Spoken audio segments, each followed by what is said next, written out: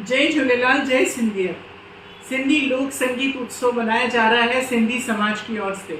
मैं डॉक्टर सानवी जेठवानी, प्रवक्ता भारतीय संस्कृति संवर्धन समिति में काम करते हुए बहुत बड़ा हर्ष और आनंद हो रहा है कि सिंधी समाज की ओर से सिंधी परंपरा, सिंधी लोक संगीत को बढ़ावा देने हेतु ऐसे कार्यक्रमों का आयोजन किया जा रहा है। हमें सिंधी राग, सिंधी म्यूजिकल इंस्ट्रूमेंट, सिंधी परंपरा को जागरूक रखने हेतु ऐसे कार्यक्रमों के माध्यम से प्रोत्साहन और सिंधी संस्कृति की जतना यानी सिंधी संस्कृति की जोपासना हम यहाँ कर सकते हैं। मैं बहुत ही आयोजकों को अपने दिल से शुभकामनाएं देती हूँ और आगे इस कार्यक्रम में और भी सिंधी परंपराओं को बढ़ावा मिले, यही आशा करती हूँ। धन्यवाद। जय झूलेलाल।